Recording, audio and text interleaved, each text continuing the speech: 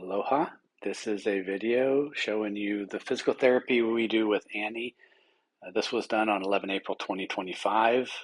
We do it twice a day, 11 a.m. and 11 p.m., just to give you an idea of some of the things we're doing to try to regain use of Annie's left leg that's been paralyzed by the brachial or radial nerve injury from when she was hit by a car when she escaped from the family who was trying to adopt her.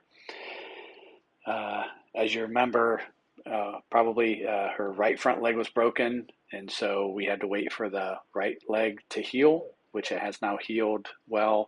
And so we are just starting her with physical therapy. She also had to get through a bad parasite infection. She finished treatment for that. We just got the results back that she's officially cleared of that. We have to do another test in 2 weeks just to make sure before we bring her in with the rest of the cats, but she's pretty soon will be cleared up. So I start off each physical therapy session by feeding her soft food with her pain medication, and then I bring her over. I have some hard food off to the side, as you see here. It's a distraction to take her mind off the fact that she's getting physical therapy, because cats don't like physical therapy. So I periodically stop, give her some hard food. I also stop and give her scratches frequently. I'm talking to her very gently in a very calm, reassuring voice, because that really helps. And so I have 3 different areas that I have to do physical therapy on. The first is the elbow, or the wrist, and then the elbow, and then the shoulder. So I work from fingertips to shoulder. So starting with the wrist, as with our wrist, it should bend up, but hers is the nerves and tendons are contracted in a permanent position because of the injury, and her wrist will not go, not quite even to the straight, whereas it's supposed to bend even farther up, just like our wrists do. So if you have your hand and you face your palm down and bring your fingers up, your wrist can go up quite a ways. Hers should too, but this is as far as I can get it, which is barely straight. And so it's about a 5-second stretch. And then when I'm not stretching the joint, I'm working with her paw, her between her toes and her claws. That's about all about stimulating nerve activity. And then I'll go back like here, and I'm stretching. And you're never getting to the point where it's painful for them. So if they start to wince, and she's really good with her wrist, but if they start to wince or pull back, then you have to kind of lessen it a little bit. And after she gets some of her other physical therapy things, it can be a little sore. But so we do about 3 to 5 sessions of working on the wrist, trying to straighten it, and then scratches and working with her toes. And then we'll move to her elbow and then her shoulder. And at each position, it looks kind of funny, like I'm strangling her or something like that. But I'm actually holding her on the clavicle. Or that chest area to keep, because a lot of times when I'm trying to stretch her elbow or her shoulder, she wants to move her head or her shoulder to negate what I'm doing, because she's very smart. So she figures out a way to stop me from bending or straightening or whatever I'm trying to do. So I have to hold her head or shoulder back out of the way or in a stable position. Here I'm still working. Yeah, this is me working the elbow, and you can't really see, but my left hand, the right one, as you're looking at it, my fingertips are pulling her forearm in one direction, while the palm of my hand is pushing her elbow to straighten it. So you can't really see it very well from here, but it's all about straightening that elbow, and her elbow should straighten just like ours do, but if you bring your elbow in quite a bit, that's as far as hers will go. So, if you have it at a 90-degree angle and straighten it all the way straight, somewhere halfway in between is about the maximum she can straighten her elbow right now. And that's because those ligaments and tendons are just contracted, and it puts her arm in that claw position kind of permanently. And so we're trying to gradually stretch that to get the wrist to move in full range of motion and her elbow to get full range of motion. And then, of course, when we're working her shoulder, it's because she doesn't use that arm nearly as much, and so her shoulder is kind of stagnating as well. So we're just trying to return some range of motion to her shoulder. It's not really contracted like her elbow and wrist are, but here I'm still working her elbow, and she doesn't like that. And you see her legs. She tries to sneak her legs out of the blanket periodically, and she's got some pretty sharp claws, which is one of the reasons for having the blanket around her. It swaddles her, like I said, to comfort her, but it also is self-protection from her claws on my legs. And this is Hawaii, so no one wears jeans around here. It's all shorts. And again, distracting her with a little bit of food, scratches, talking to her. She's a very good kitty, though. She takes her medicine very well, and when we had to put a pill down her throat, that's not the easiest thing to do with a lot of cats, but she did it really well, and she does okay with physical therapy. The first time I tried a month ago, she was just too sensitive, and she just wouldn't handle it. But now she handles it pretty well. So again, talking to her, giving her little scratches, trying to hold her back. I'm not choking her in this point. I'm actually just kind of controlling her head, and my pinky finger is actually holding down on her clavicle, her collarbone area, to kind of keep her from negating my stretch. And here I'm starting to work the shoulder, bringing it forward and then rotating it back. And this is more just about increasing her range of motion just a little bit. Her shoulder's actually in pretty good shape. But she doesn't like this one at all. Even though it doesn't hurt, she doesn't like it when I try to contort her in that position. Not painful, really, just awkward. And by this point, she's had enough as well.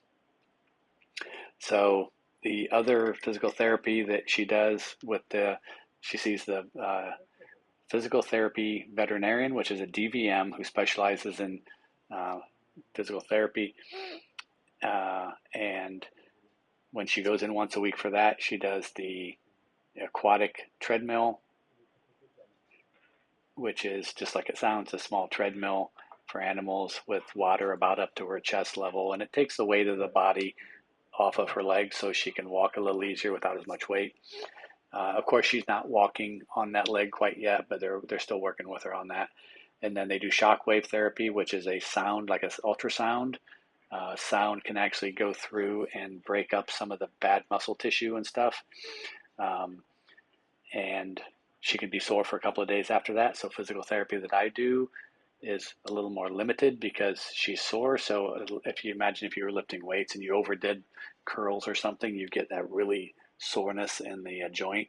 It can be like that for her, so I've got to take it easy. So we finish the session, and so the last thing I do is I want her to end with a memory other than physical therapy, so I distract her with food. And I turned her so you can see her left leg, see how it's bent at the elbow and the wrist. That's kind of how it's contracted permanently. She can straighten it a little bit more than that, as you'll see here and there, but that's pretty much the position it's been in for, I don't know, 4 or 5 months since before we, got her back. And so we're trying to counteract, that nerve injury that's caused it to contract like that. So we're re-stretching those ligaments and tendons back out. And so I gave her some food, distract her, and then now I'm going to be playing with her a little bit. And the play is also a form of physical therapy where we're getting her to reach with her paw and swat at things and grab things and straighten that leg. And you can see as she's laying there, she can almost straighten her wrist for the most part. But, you can see there when she reaches up, she can't reach up. She can't straighten that elbow enough to really swat at the toy. It's partially, but I play with her like that to get her to reach up as often as possible. So anything I can do to get her to straighten that elbow or bend that wrist is basically physical therapy. And of course, it doubles as play. And I use the toy on the string instead of the type that's on like a fishing pole. The ones with fishing pole, there's a tendency for them to jump a little too high, and we don't want her jumping too high and landing and breaking that leg again or re-injuring her left leg either. So when I play with her, I can get her to come up on her hind legs and maybe a little jump, but nothing that she can't recover from just using her back legs and their one leg. So we have to be careful how much we do with her. Everything's about protecting, get her to use stuff while still protecting. And, I scoop the litter box twice a day. I think that we already passed that part. Monitoring, actually, I'm just getting ready to do it. Monitoring what her stools look like, because if she shows up with diarrhea unexpectedly, that could be a sign that parasites coming back. So for cleanliness, we scoop it twice a day, also to monitor. And then with her injury to the left leg, it's a little harder for her to dig and bury. And so if she's digging through multiple times of going to the bathroom, it's a little harder on her. And it makes it more of a mess. So honestly, it's just easier. And we always scoop all of our litter boxes twice a day. We have a total of 10 litter boxes in the house right now, 8 litter boxes with our primary 8 cats in the rest of the house. And one of our rescues is now in with the rest of the cats. Kitten, if you happen to want a kitten, we have one, 9 months old, 8 months old, little tortie. And then one in with Nemo, who's quarantined with, just got over tritrichamonis Foetis as well. And then Annie, who's quarantined out here. So anyway, I will stop talking here and let the video just play out. Basically, I'm just letting her play for a little bit to use those legs and get a little more playtime with her, because she's out here by herself. Besides 3 or 4 times a day when we come out and play with her and feed her and do physical therapy or whatever. So she gets a little lonely, but it's keeps her protected, and the padding on the floor protects her elbows so she can run around and play. But she's had her first negative test on that parasite, so if we get another negative test in 2 weeks, then we'll bring her in with the rest of the cats probably, and then she can start getting bonded with the other cats, or socialized with them rather. And Annie's probably going to be a permanent member of our household. We do have 2 other rescues that are just finished with medications or treatments. One's in with the rest of the house that we're ready to find a good adoption family for her. That's little tortie girl. And then Nemo, who just got over the same parasite as Annie, a couple more weeks, and she'll be ready for her forever home as well. She's 3 years old, I believe. And she's a calico. A big one, too, 13 pounds. That's because we overfed her a little bit because of her parasite. But anyway, I will leave you with the video. Again, thank you for all of your support. And I just wanted to kind of show you some of the things we're doing to help get Annie's leg back into full use, so she can walk and run and play like a normal kitten.